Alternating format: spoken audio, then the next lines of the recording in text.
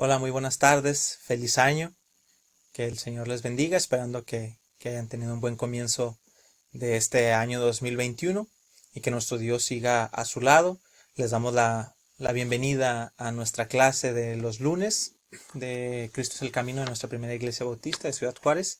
Sean bienvenidos y vamos a continuar en la meditación del mensaje del Evangelio, ¿verdad? Que Dios tiene para nosotros, el mensaje de salvación que Él tiene para su vida y para la mía y para la de todos nuestros familiares, vecinos y amigos, y pues para usted y para mí también. Entonces, en esta primera clase del año a tener la clase que dice la generación que olvidó a Dios. Va a estar basada en el libro de los jueces, capítulo 2.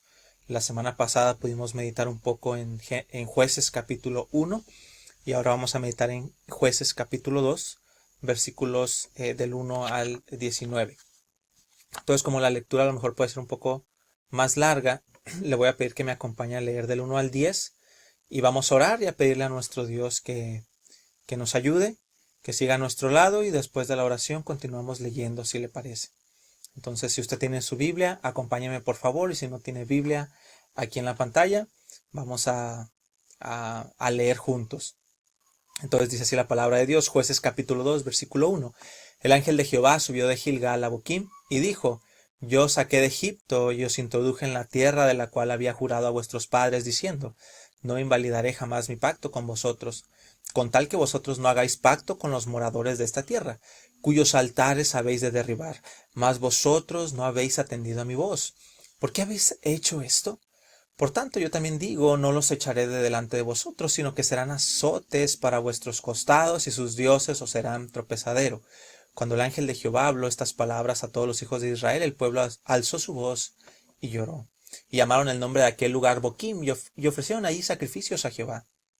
Porque ya Josué había despedido al pueblo, y los hijos de Israel se habían ido cada uno a su heredad para poseerla. Y el pueblo había servido a Jehová todo el tiempo de Josué, y todo el tiempo de los ancianos que sobrevivieron a Josué, los cuales habían visto todas las grandes obras de Jehová que él había hecho por Israel. Pero murió Josué, hijo de Nun, siervo de Jehová, y lo sepultaron en su heredad de Timnat Sera, en el monte de Efraín, el nombre al norte del monte de Gaz. Y toda aquella generación también fue reunida a sus padres, y se levantó después de ellos otra generación que no conocía a Jehová ni la obra que él había hecho por Israel. Leemos el 11 también, dice, después los hijos de Israel hicieron lo malo ante los ojos de Jehová y sirvieron a los Baales. Vamos a orar. Dios, gracias por tu palabra, Señor, gracias por tu revelación. Gracias, Señor, por escucharnos. Gracias por ser bueno, santo, justo, misericordioso, por acordarte de nosotros. Pedimos que perdones nuestros pecados, que perdones nuestras faltas delante de ti, y que nos guíes en todos estos minutos que vamos a estar meditando tu palabra. Pedimos de tu asistencia, de tu Espíritu Santo, viniendo a nuestro auxilio y mostrándonos lo que tienes para nosotros. En el nombre de Jesús. Amén. El pasaje continúa.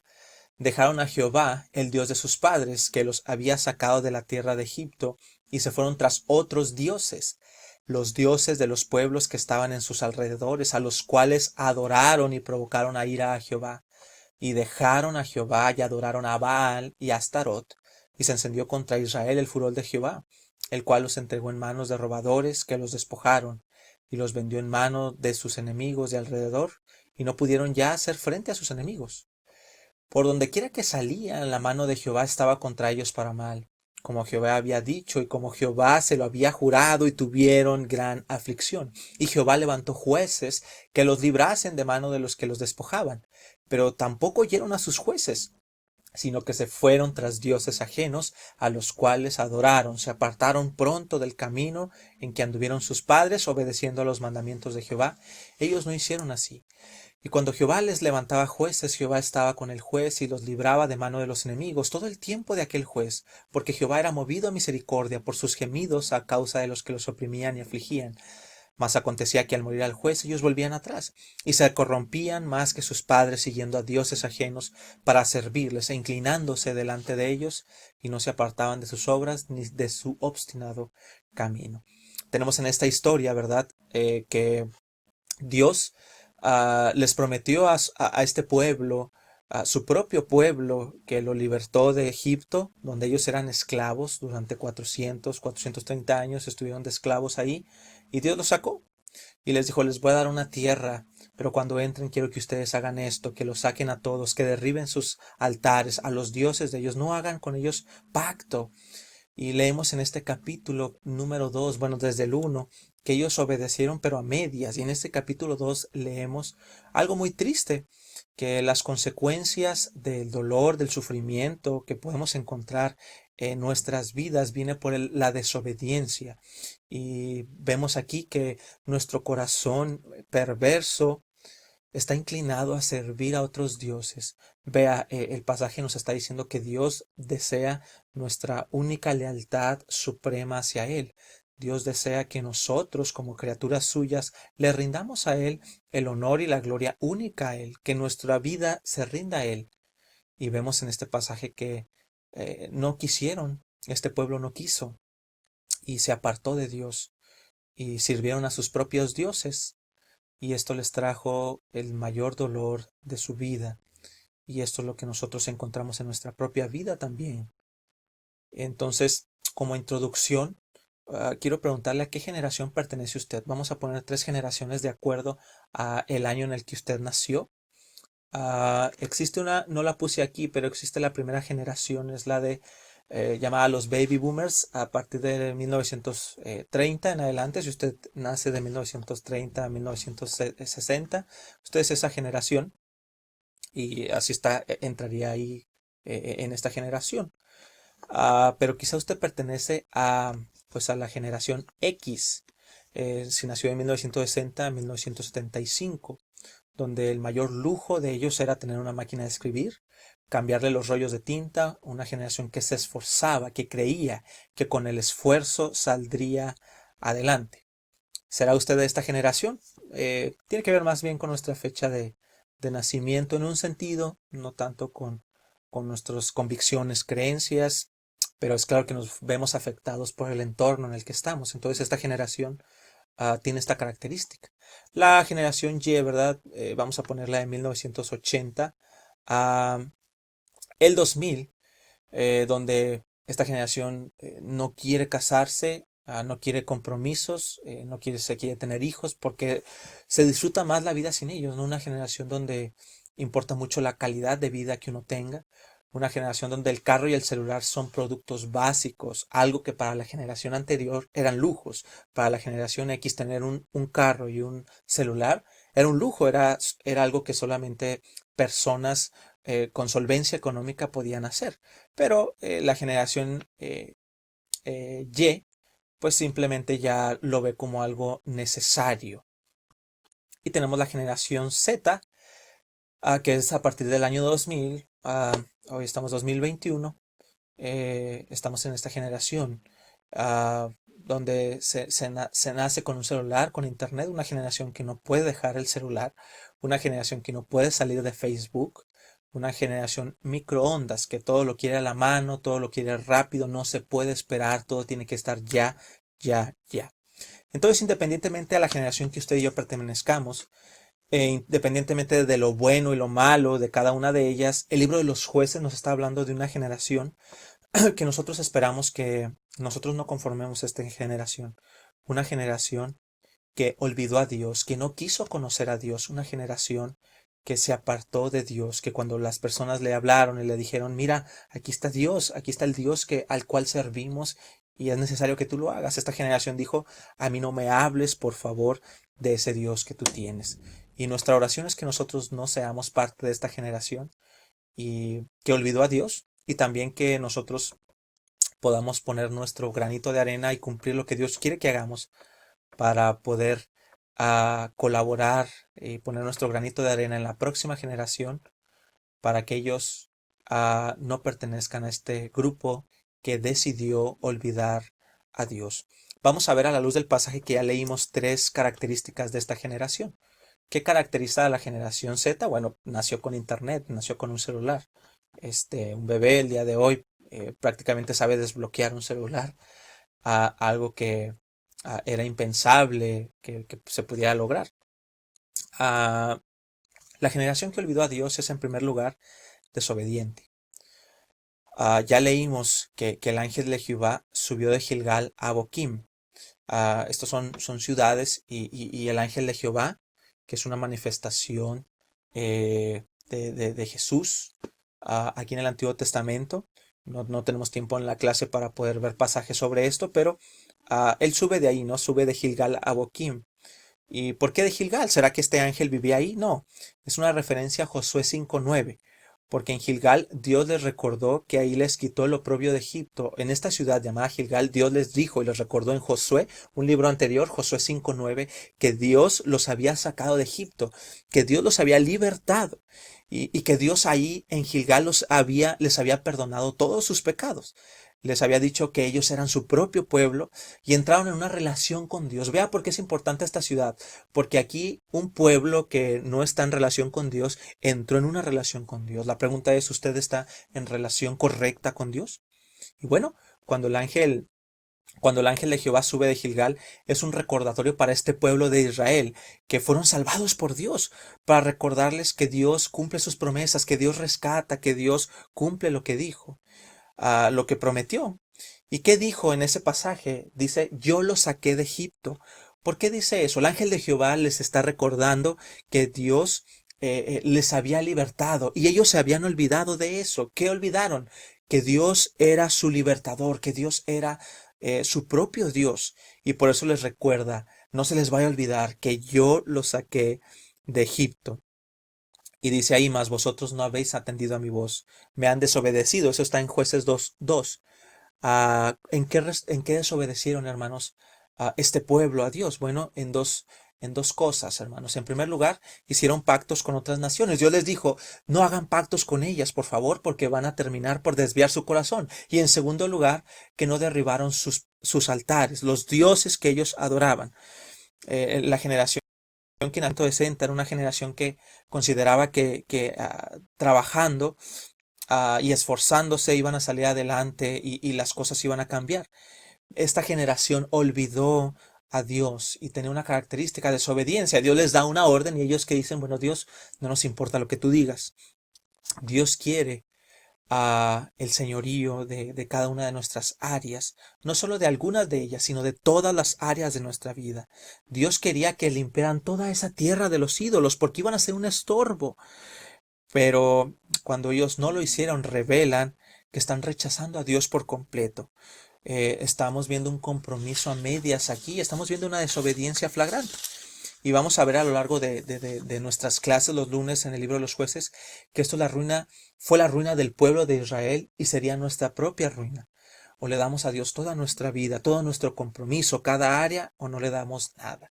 Lo vimos la clase anterior, la obediencia a medias es desobediencia. Y entonces Dios les dice, es que ustedes no atendieron a mi voz. No hicieron, no hicieron caso. El fracaso entonces aquí del pueblo se llama desobedecer. El fracaso aquí se llama no recordar. Porque Dios recuerda constantemente, yo soy el Dios que puedo libertarles, yo soy el Dios que los ha libertado a ustedes, nunca voy a quebrar mi pacto con ustedes, pero nosotros no olvidamos eso y necesitamos recordar quién es nuestro Dios, un Dios celoso, un Dios que demanda toda nuestra obediencia y toda nuestra vida. Él nos ha rescatado, tenemos solamente un solo dueño, un solo Señor, un solo amo. Pero veamos aquí la atención. En el versículo 3 dice, quiero que sepan que yo no los voy a sacar de esas naciones, y ellos les harán la vida imposible. Los dioses falsos son una espina para nuestra propia vida. ¿Quiénes son sus dioses? ¿Quiénes son nuestros dioses? Cuando convertimos algo en nuestra fuente de seguridad, ellos son nuestros dioses. Los hijos, si son los hijos, hermanos, entonces son el dios falso en nuestra vida. Y cuando estos estén en problemas o cuando ellos nos fallen, nos quitarán el gozo. El dinero, puede ser que el dinero sea nuestro dios falso y que cuando llegue a faltar, el gozo lo vamos a perder. El trabajo, puede ser que el trabajo sea nuestro Dios falso al grado de que sacrificamos nuestra familia, amistades, la misma salud. Y cuando ese Dios falso llamado trabajo no existe en nuestro mundo, se va a caer a pedazos. Estos dioses nos van a esclavizar, estos dioses nos van a atar. No podemos decirles que no. Estos dioses nos dicen, obedéceme, haz esto, y nosotros vamos y los adoramos con nuestra vida.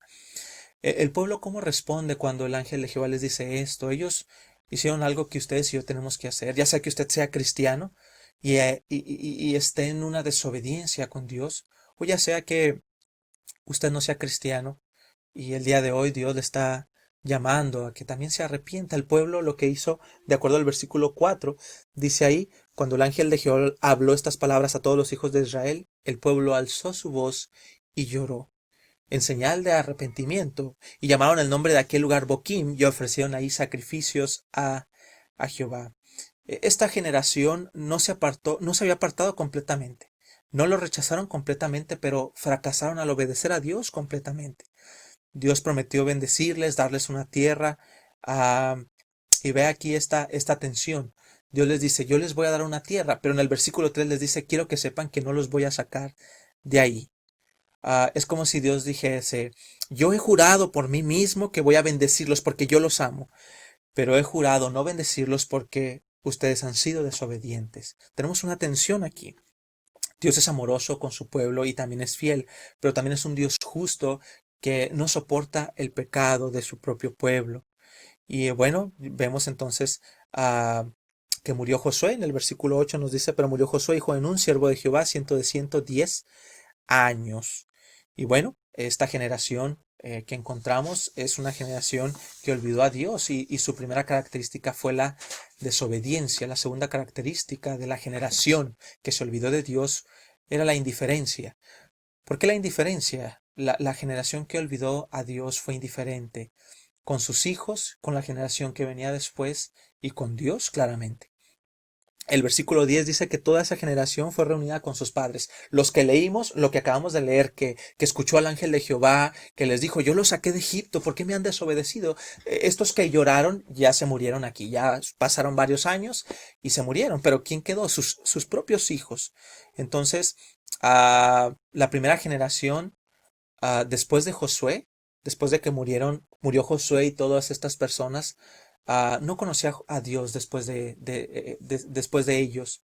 Y aquí la palabra conocía no significa que sus hijos no sabían nada acerca del Éxodo, no significa que no sabían de cómo Dios los había sacado de Egipto, no significa que ellos no sabían que Dios había abierto el mar rojo con poder, significa que ellos no estaban interesados en estos hechos, que a ellos no les importaba nada de esto. Parecía que ese era el trabajo de Dios. Esta generación decía, es que Dios debe amarnos, Dios debe bendecirnos, Dios debe cuidarnos, Dios debe darnos todo. Y esta nueva generación pensaba así. ¿Quién tuvo la culpa de que esta generación no conociera a Dios? Bueno, vamos a ver dos posibles respuestas. La primera sería los padres, porque la responsabilidad de los padres era instruir a sus hijos. Cuando leemos lo que Moisés les habló al pueblo años atrás, Josué mismo recordó esto.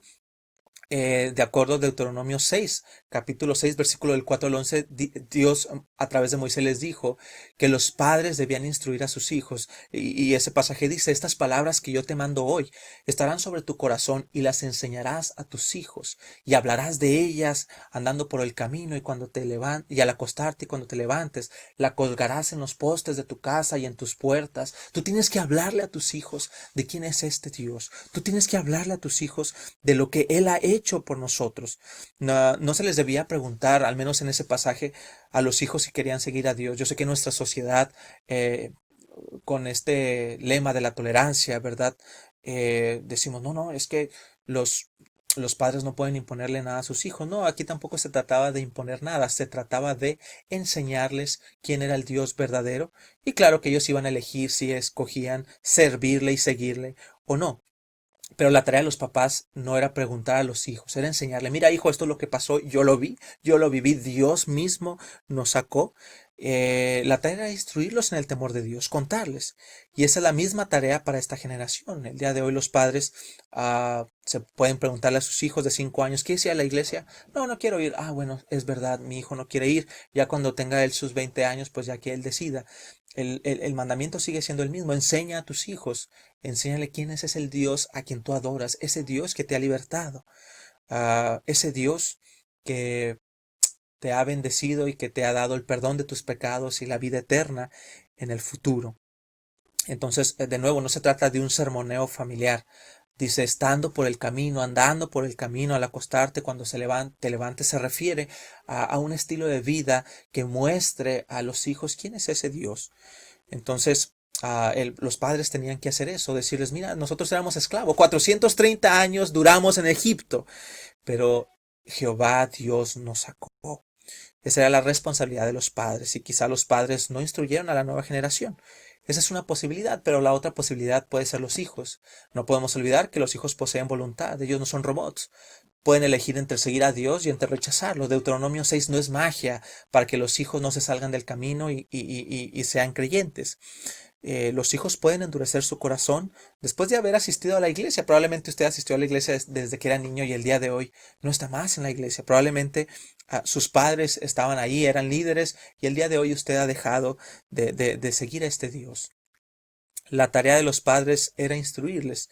Pero si los hijos después de 20 años, si usted como hijo después de 20 años de instrucción no quiere seguir al Dios de sus padres, es claro que los papás no pueden meterse en su corazón, ¿verdad? Y no van a poder cambiar su voluntad. Entonces, un factor es que el hijo decida abandonar a este Dios. El versículo 11 dice algo interesante. Después los hijos de Israel hicieron lo malo ante los ojos de Jehová y sirvieron a los Baales. La palabra Baal significa señor, o sea, sirvieron a sus propios señores. Y vean lo más triste. Aquí viene, nos preguntamos, ¿por qué hay tanto dolor en el mundo? ¿Por qué en este pasaje encontramos tanto sufrimiento? Bueno, aquí está la clave. Versículo 12 dice, dejaron a Jehová, el Dios de sus padres, que los había sacado de la tierra de Egipto. Y adoraron a Baal y a Astarot. Y vemos que Dios se enoja. ¿Contra quién se enoja Dios? Bueno, Dios no se enojó contra los demás pueblos. Dios no se enojó contra personas ajenas. Dios se enojó contra su propio pueblo, aquel pueblo que Él libertó y que Él compró. El enojo de Dios es como el de un padre cuyo hijo lo rechaza completamente. Los papás se enojan contra sus hijos, ¿no? Esto no quiere decir que los odian, quiere decir que les aman. Pero como han desobedecido, esto provoca el enojo de los padres. Igual Dios se enoja contra su propio pueblo cuando su propio pueblo elige adorar a otros señores en lugar de él. ¿Qué hizo Dios? Ya lo leímos, el versículo 14 dice, y se encendió contra Israel el furor de Jehová, el cual los entregó en manos de rodeadores que los despojaron y los vendió en manos de sus enemigos de alrededor y no pudieron hacer frente a sus enemigos. Dios los entregó, ellos ya no pudieron vencer a sus enemigos. ¿Qué significa eso de entregarnos? Bueno, que nosotros le decimos a Dios, Dios, no me hable más, no quiero saber más de usted, usted es una farsa, usted ni siquiera existe, no sé por qué estoy hablando con usted, pero por favor, gracias, voy a seguir mi vida sin usted, me la voy a arreglar sin usted. El Dios que me dijeron, yo no creo en ese Dios, en el Dios de la Biblia, en el Dios único y verdadero, por favor. Usted no existe, váyase de mi vida. Entonces, ¿qué hace Dios? Como si estuviésemos en un tobogán. Dios nos está agarrando la mano y nosotros le decimos, Dios, yo quiero seguir viviendo mi propia vida sin usted. Aléjese, por favor. Entonces, ¿qué dice Dios? Pues nos deja ir la mano y dice, adelante, viva la vida y vivimos y experimentamos dolor, tristeza, experimentamos destrucción, experimentamos que nuestro mundo se voltea de cabeza. Y Dios nos entrega, dice, quiere vivir ahí en el pecado, es lo peor que le puede pasar, pero adelante, lo dejo ir. Y el versículo 28 nos dice algo interesante. El 1:28 dice que el pueblo hizo tributarios a las naciones. ¿Y aquí qué pasó? ¿Qué pasó con este pueblo? ¿Qué pasó con este pueblo? Bueno, este pueblo realmente ya no pudo hacer los tributarios. ¿Por qué?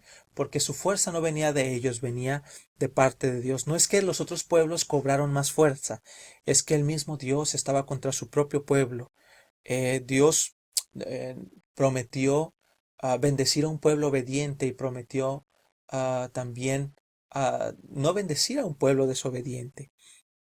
Y bueno, entonces tenemos aquí que esta generación se olvidó de Dios. Fueron indiferentes. La primera generación fue indiferente probablemente de enseñarle a la segunda. Y esta generación conocía a Dios, pero le dijo, Dios, a mí no me importas, no me importa lo que tú eres. Y bueno, tenemos que aprender esto, ¿no? Que los hijos aprenden. se fueron tras otras naciones. Si les enseñamos a nuestros hijos a fumar, a los 5 años ellos aprenderán a fumar. Si les enseñamos a nuestros hijos a usar el celular, ellos aprenderán a usarlo. Si les enseñamos a nuestros hijos los mandamientos de Dios, ellos aprenderán lo que Dios manda. Y bueno, dice la palabra de Dios que ellos tuvieron gran aflicción. Usted y yo no podemos continuar lejos de Dios. Si usted no es cristiano, usted tiene que entender que fuimos creados con el propósito de vivir para este Dios único, bueno, verdadero, perfecto. Y desea que usted se entregue el día de hoy. El único estorbo es su pecado. El único estorbo es que usted se ha rebelado con Dios. Por eso es que le está llamando a arrepentirse y a volver a Él. ¿Le gustaría hacerlo en esta tarde? ¿Le gustaría confiar en el libertador verdadero que se llama Jesús? De lo contrario, todos vamos a este versículo. El versículo 17 que ya leímos, 16, dice que tuvieron gran aflicción. Dios, el dolor comienza cuando nosotros nos alejamos de Dios. Eso sucedió en Génesis 3 y eso ha sucedido en su vida y en la mía. Cuando no hacemos caso a lo que Dios nos dice, el dolor es indudablemente inevitable. Y tenemos entonces la última generación, la última característica de esta generación que olvidó a Dios. Era una generación idólatra. Vamos a leer Jueces 2, 17 al 19. Dice, pero tampoco oyeron a sus jueces, sino que se fueron tras dioses ajenos, a los cuales adoraron. Se apartaron pronto del camino en que anduvieron sus padres, obedeciendo los mandamientos de Jehová. Ellos no hicieron así. Y cuando Jehová les levantaba jueces, Jehová estaba con el juez y los libraba de la mano de sus enemigos todo el tiempo de aquel juez, pero Jehová era movido a misericordia por sus gemidos a causa de los que los oprimían y afligían. Mas acontecía que al morir el juez ellos volvían atrás y se corrompían más que sus padres, siguiendo a dioses ajenos para servirles e inclinándose delante de ellos y no se apartaban de sus obras ni de su obstinado camino. Esto era un ciclo constante. El pueblo se encontraba en problemas. El día de hoy, imagínense, nos decían, tiene cáncer terminal, está en tal problema, y vamos a buscar a alguien que nos hable de Dios. Dios, yo sé que tú eres bueno, yo sé que tú puedes librarme. Y se acaba el cáncer terminal y nos volvemos a nuestros dioses. ¿Cuáles son nuestros dioses? Aquello a que le rendimos nuestra vida. ¿Qué es aquello a lo cual usted le ha rendido toda su vida?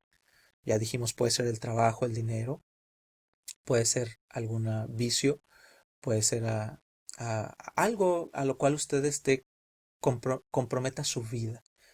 Y todos los días se para y se levanta para irle a adorar con su vida. No se trata de arrodillarse y hacer un culto, no. Se trata simplemente de darle su vida.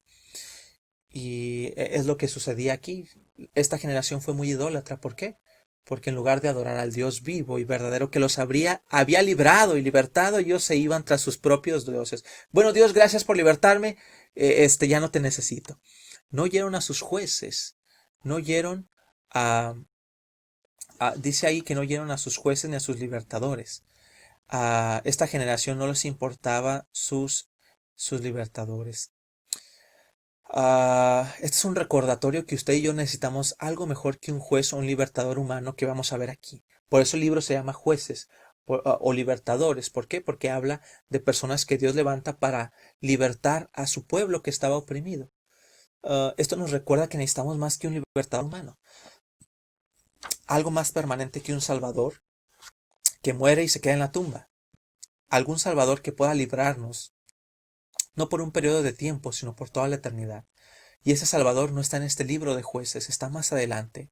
Ese libertador que no solo es humano, sino que es Dios. Ese libertador que liberta por toda la eternidad, que nos salva de nuestra desobediencia, que nos libra de nuestros fracasos, que nos libra de nuestro dolor, que nos da vida eterna. Y ese libertador se llama Cristo Jesús. Este libertador podrá salvarnos de ser una generación que se olvida de Dios.